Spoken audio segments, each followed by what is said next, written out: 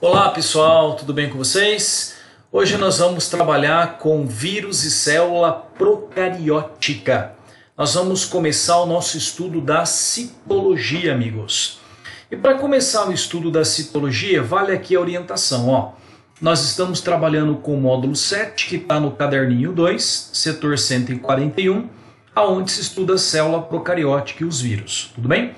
Nós vamos começar primeiro com a célula procariótica para que a gente adquira um pouquinho de informações para que a gente possa destrinchar na sequência os vírus. Vamos ver, amigos? Olha só, quem são as células procarióticas? As células procarióticas são os organismos que se enquadram no grupo das bactérias, as bactérias em geral, as bactérias cianobactérias e também as arqueias. Amigos, a primeira coisa que a gente tem que ter noção é a diferença entre uma célula procariótica e uma célula eucariótica. Note essa imagem da bactéria. Na bactéria, nós percebemos que o material genético, o DNA que está representado por esse filamento aqui, ele não é envolvido pela chamada carioteca ou envoltório nuclear. Veja que o material genético ele fica disperso no citoplasma da célula. Se nós pegamos agora uma célula eucariótica, olha o que nós encontramos. Está vendo essa camada representada em amarelo aqui? É a chamada carioteca ou envoltório nuclear. Ela vai proteger o material genético que se encontra aqui dentro. Células que contêm o envoltório nuclear envolvendo, protegendo o material genético, é denominada de célula eucariótica. Célula procariótica, pró-primitivo, é a célula que não tem a carioteca, o envoltório nuclear. O material genético fica disperso. É comum a gente falar, portanto, que a célula procariótica não tem núcleo e a célula eucariótica apresenta o núcleo. Certinho? Amigos, nós vamos pegar então essa estrutura que está aí, ó. Isso não é um OB, viu, amigo? Isso é uma bactéria e nós vamos destrinchar essa bactéria para você. Nós vamos conhecer as estruturas que a bactéria apresenta. Amigos, assim como nós veremos em vírus, o enfoque desse módulo que nós vamos estudar na citologia é conhecer as estruturas, as partes e as funções. Nós não estamos preocupados com o modo de vida, não estamos preocupados com as doenças que tanto bactérias quanto vírus vão provocar. Depois, quando vocês foram ter no setor 143 as bactérias, você vai estudar as doenças causadas por bactérias, tudo bem? O nosso enfoque é a estrutura que a bactéria, que a célula procariótica apresenta. Vamos lá, companheiros? Olha aqui que nós temos. Então nós vamos pegar aqui, ó, essa imagem dessa bactéria em corte e nós vamos conhecer as partes que a bactéria tem. Vem comigo, ó. A primeira estrutura é a famosa membrana plasmática. É essa primeira camada interna que a bactéria tem. Amigos, eu costumo fazer uma comparação que a membrana plasmática é como se fosse o porteiro da célula. É ela que vai controlar qual substância entra, é ela que vai controlar qual substância sai. E ela faz isso de maneira seletiva. Ela seleciona quem pode entrar e ela seleciona quem pode sair. Por isso que é comum falar que a membrana plasmática apresenta permeabilidade seletiva, certo? E qual seria a composição química da membrana plasmática? Ela é lipoproteica. Ela é formada por lipídios mais proteínas. Tudo bem? É a primeira estrutura da bactéria. A próxima estrutura, que está localizada após a membrana plasmática, é a chamada parede celular. A parede celular ela vai funcionar como um escudo protegendo a membrana plasmática. E olha que nome feio está entre parênteses, a composição química da parede celular. É formada por um composto chamado de peptídeo glicano ou peptoglicano. É o nome da composição do composto que forma a parede celular bacteriana. Amigos, algumas bactérias, além de encontrar a membrana plasmática e a parede celular, olha o que algumas bactérias podem apresentar. Elas podem apresentar uma outra estrutura em cima da parede celular, que recebe o nome de cápsula. A cápsula será uma proteção a mais naquelas bactérias que apresentam. Tudo bem? Então nós vimos que uma bactéria pode apresentar 3 envoltórios: a membrana plasmática, permeabilidade seletiva, a parede celular e a cápsula, que darão proteção. Companheiros, note que, como nós sabemos que a célula bacteriana ela é procariótica, repare que no interior aqui, ó, por transparência da membrana plasmática, nós encontramos o DNA, o material genético. E olha como ele está disperso pelo citoplasma, porque não tem a chamada carioteca. No entanto, esse DNA ele é circular, ele não tem pontas, não tem extremidades. Pegando uma outra imagem aqui, ó, dá para a gente perceber melhor num desenho mais simples. É um DNA fechado, circular, que a bactéria tem. E é uma diferença se comparado com as células eucarióticas, porque célula eucariótica, o DNA não é circular, ele tem extremidades. As bactérias também podem apresentar, note nesse desenho aqui, ó, um DNA também circular menor que o DNA principal. Um DNA extra que a bactéria pode apresentar, que recebe o nome de plasmídio. Esse DNA extra plasmídio, olha o desenho dele aqui embaixo em detalhes, ó, na verdade, uma foto, né, no microscópio desse plasmídio, também circular. O plasmídio está relacionado com 2 funções. Primeira função do plasmídio, amigos, é que ele pode conter genes que conferem à bactéria resistência contra os antibióticos. É no DNA do plasmídio que a bactéria pode ter informações genéticas que dão proteção a ela contra antibióticos. Uma outra relação que o plasmídio tem é que uma cópia do plasmídio pode ser transferido para outra bactéria num mecanismo de recombinação bacteriana chamada de conjugação, que você vai estudar em detalhes quando você estudar a vida das bactérias, né? O tipo de reprodução e as recombinações gênicas bacterianas, certo? Então o plasmídio está envolvido ou com a resistência aos antibióticos, ou pode ser transferido no mecanismo de conjugação, uma cópia desse plasmídio.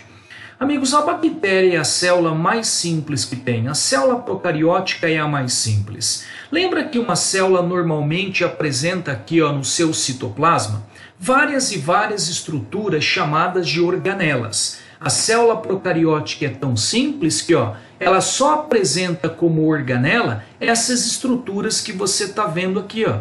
Tá vendo essas estruturas? São as únicas organelas que a bactéria vai apresentar. E quais são, amigos, essas organelas? São chamados ribossomos. E os ribossomos, eles estão envolvidos com a síntese de proteínas. Então, toda proteína que a bactéria necessita para viver, sejam enzimas que ela vai usar em reações químicas metabólicas, seja proteínas que fazem parte da membrana plasmática, que é lipoproteica, serão produzidos pelos ribossomos. É a única organela que a bactéria apresenta.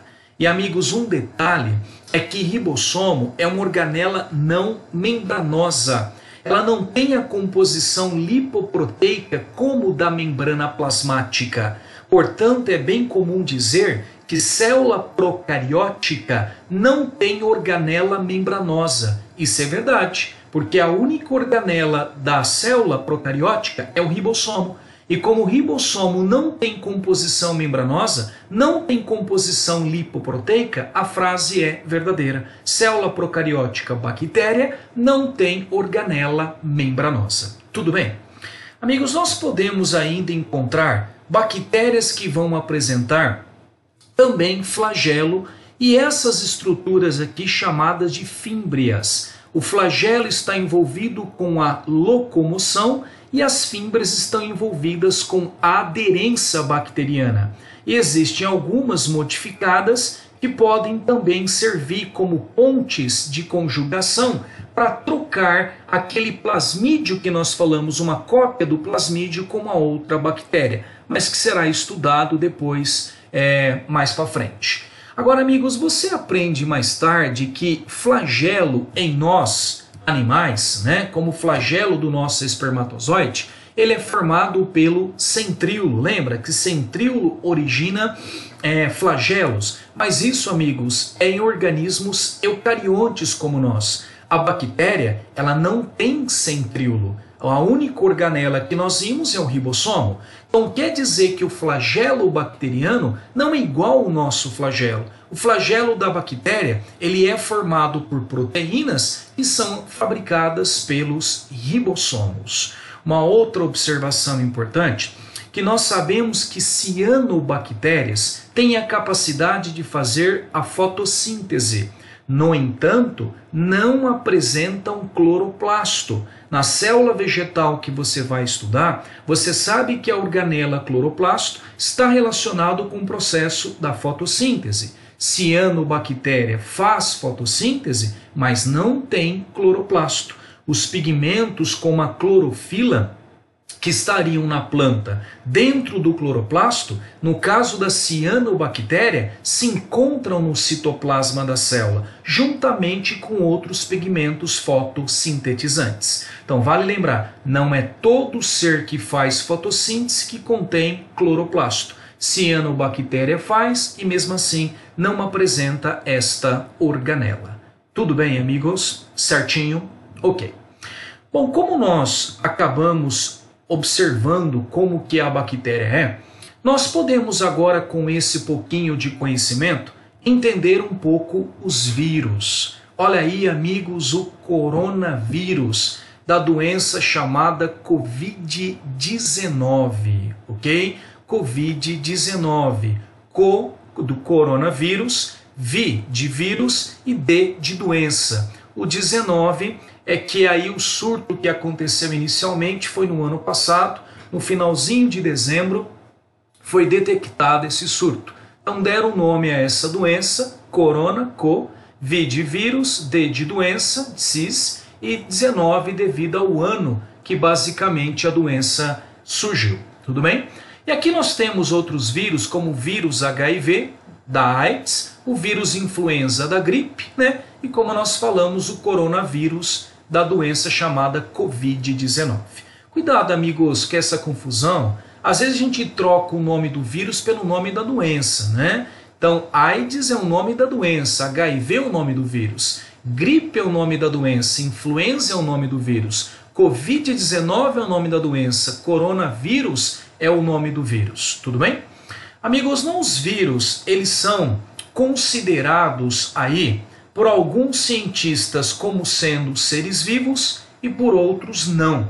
Se bem que a maioria da comunidade científica aceita hoje vírus como sendo seres vivos. E a gente vai entender por quê, apesar da grande simplicidade que eles apresentam. Vamos observar? Vamos caracterizar os vírus. Os vírus, amigos, eles são acelulares. O que significa isso? Nós acabamos de ver, companheiros, que a célula mais simples que tem é da bactéria. E ela apresenta algumas estruturas, não é? Como nós vimos, a presença da organela ribossomo, ela tem uma maquinária enzimática celular para realizar as reações químicas, e você viu todas as outras estruturas que eu te mostrei na bactéria. Vírus, amigos, é considerado acelular porque ele não tem estrutura típica de célula. A maioria dos vírus é uma caixinha de proteína chamada capsídeo, uma caixinha de proteína aonde você encontra dentro uma molécula ou algumas moléculas de um mesmo tipo de material genético. Alguns podem até apresentar um envelope lipoproteico que lembra a membrana plasmática, mas é isso, não tem a estrutura típica de uma célula. Aldo, não tem nem ribossomo como organela, não. Não tem aquela maquinária enzimática complexa para comandar suas próprias reações químicas, não. Não tem aquele citoplasma cheio, não tem.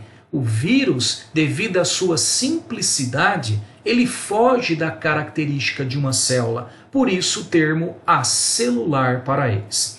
Outra característica, amigos, é que vírus não tem metabolismo próprio. Como ele não tem o conjunto enzimático típico de uma célula, ele não consegue executar suas próprias reações químicas. É necessário que ele utilize a maquinária celular, ou seja, ele invada uma célula, utilize as enzimas, a energia, os ATPs de uma célula para conseguir reproduzir. E é por isso que nós falamos também que os vírus, eles são parasitas intracelulares obrigatórios. Ou seja, amigos, se o vírus quiser reproduzir, ele vai ter que usar a maquinária de uma célula. Ele vai ter que estar dentro de uma célula para ter capacidade reprodutiva. Daí aquela história, na origem da vida da gente considerar como sendo o primeiro ser vivo que surgiu no planeta, alguma coisa que seria, amigos, parecido com uma bactéria, uma célula procariótica. Por que não um vírus? Porque o vírus necessita da maquinária celular para reproduzir. Se tivesse surgido primeiro um vírus, como é que ele poderia reproduzir se ainda não existia a célula? Por isso se considera como primeira forma de vida uma célula, né? Alguma coisa que lembraria uma bactéria e não um vírus. Uma outra característica dos vírus é que eles apresentam um único tipo de material genético, DNA ou RNA. E veja, amigos, que isso é diferente da célula. Por quê? Porque as células elas apresentam ao mesmo tempo tanto o DNA quanto o RNA. Vírus não. Ou ele só apresenta no seu interior moléculas de DNA ou apresenta no seu interior moléculas de RNA. Depois que o vírus invade a célula, aí sim, o DNA dele pode até fabricar RNA, mas dentro da célula. Como no caso do HIV, o RNA, depois que ele invade a célula, pode até fabricar o DNA, graças à enzima transcriptase reversa, lembra? Mas é dentro da célula. Agora, dentro do vírus, nós vamos encontrar um único tipo de material genético. Tudo bem? Amigos, dá para entender por que alguns cientistas não consideram vírus seres vivos, devido à simplicidade que eu te mostrei. Agora, por que a maioria da comunidade científica ela aceita vírus como sendo seres vivos? Porque vírus apresentam 3 características encontradas na vida.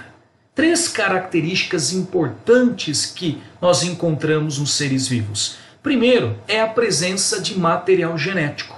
Mesmo que ele tenha um só dentro dele, DNA ou RNA, ele apresenta, certo? Aí, amiguinhos, uma outra característica, ele tem capacidade de reprodução. Mesmo que utilizando a maquinária celular, ele tem essa capacidade. E a terceira característica é que vírus tem capacidade de evolução. Vida evolui e vírus também. Como que ele consegue? Graças às mutações. Através das mutações, os vírus podem se transformar ao longo do tempo.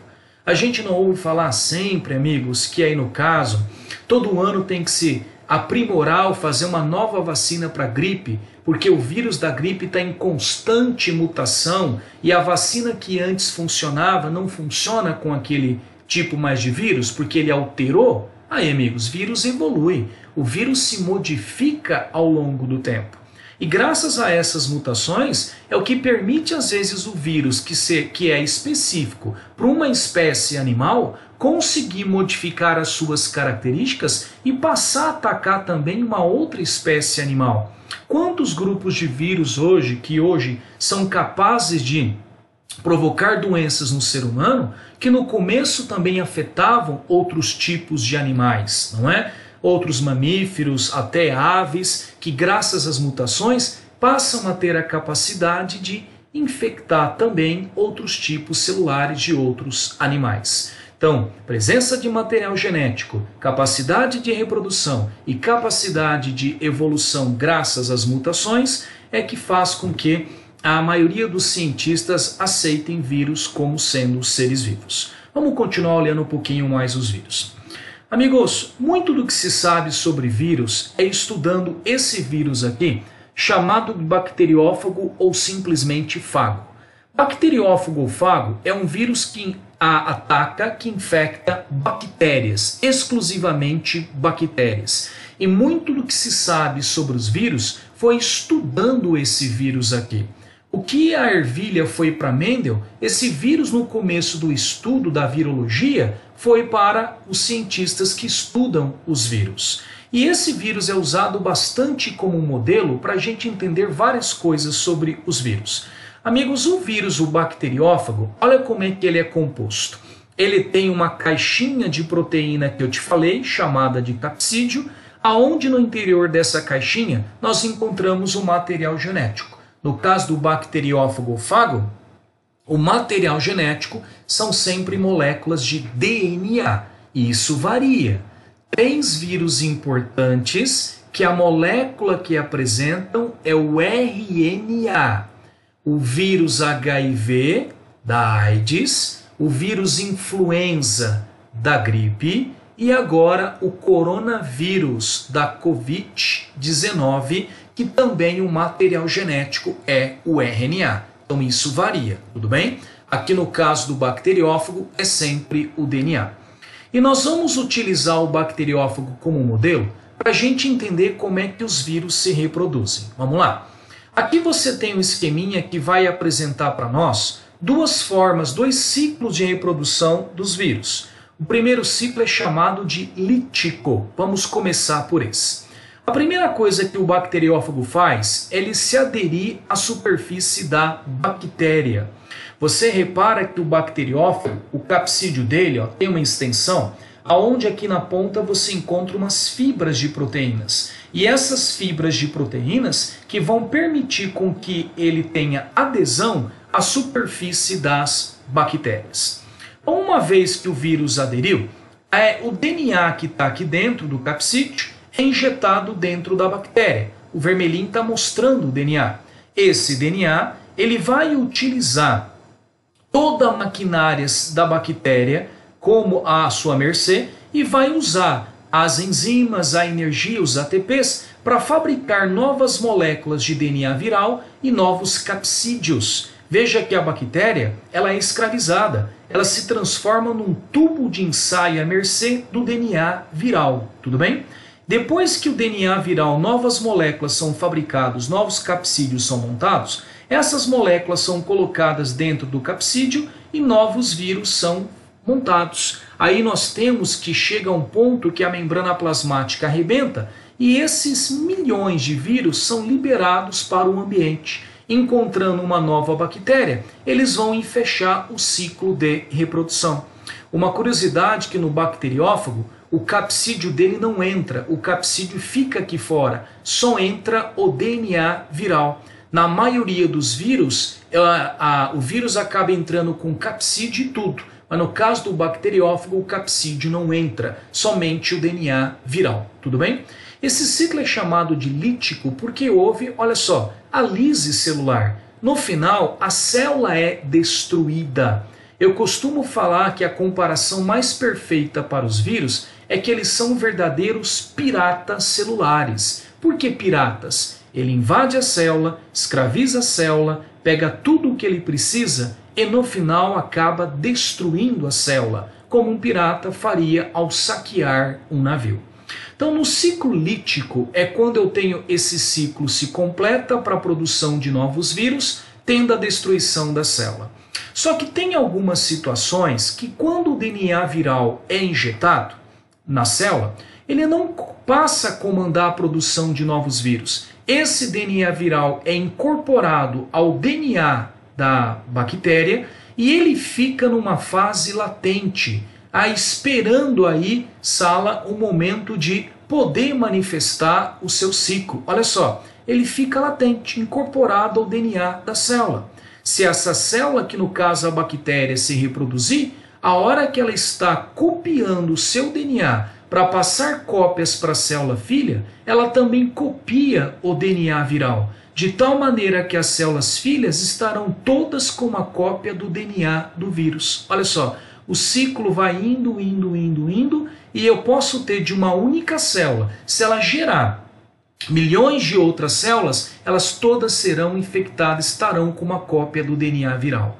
Pode acontecer em determinado tempo que essa célula que está nesse ciclo chamado lisogênico, aonde o DNA do vírus está latente, ela pode entrar em ciclo lítico e comandar, expressar a produção de novos vírus. Esse é o ciclo lítico reprodutivo, que tem a lise celular, o ciclo lisogênico, aonde o DNA viral é incorporado e é passado para as células filhas. Tudo bem, amigos? Então, olha só, esses são os vírus. Olha esse GIF para vocês, ó, que dá uma ideia de como que o ciclo do vírus acontece.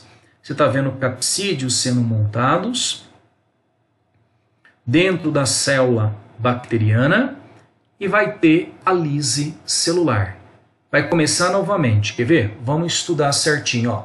Tá aqui as moléculas DNA viral que foram fabricadas, o capsídeo está sendo produzido, formando dentro da bactéria até milhões e milhões de vírus, e chega uma hora que ocorrerá a lise celular. Você está vendo o ciclo lítico que o vírus pode provocar. Tudo bem? Amigos, e como nessa tabela você está vendo, os vírus podem provocar muitas e muitas e muitas doenças. Muitas doenças estão relacionadas com vírus, inclusive a Covid-19 do coronavírus, né, que nós estamos hoje vivendo. Essa tabelinha é só para você ter uma ideia da importância de se estudar os vírus, né? Eles estão relacionados com várias e várias doenças. Mas como nós falamos para as bactérias, não faz parte desse módulo o estudo das doenças virais. Quando você for no setor 142 estudar sistema imunológico, você vai ter uma parte dessa aula onde você irá estudar com mais detalhes doenças virais, como por exemplo a AIDS e muitos detalhes sobre a Covid-19, sobre o coronavírus. Tudo bem? Então isso é só para relatar para vocês a importância que os vírus têm, que o estudo dos vírus tem em nossa vida. Beleza? Companheiros, aqui nunca é demais, né? Nesse momento que nós estamos vivendo, né? Tomar alguns cuidados aí com essa doença. E aqui, companheiros, está a tarefinha que eu quero que você execute. Estou indicando para você aonde que eu quero que você leia e quais são os exercícios que você deve fazer. Lembra? Todas as áreas todo mundo faz. Se você é de biológica, também faz a segunda lista. E se você é de humanas exatas, faz a terceira lista também. Tudo bem, companheiros? Então vamos lá. Força, garra. É esse que é o módulo 7 do nosso curso. Enfrenta e vai para a sua tarefa. Tudo bem, amiguinhos? Fiquem com Deus. Um beijão para vocês.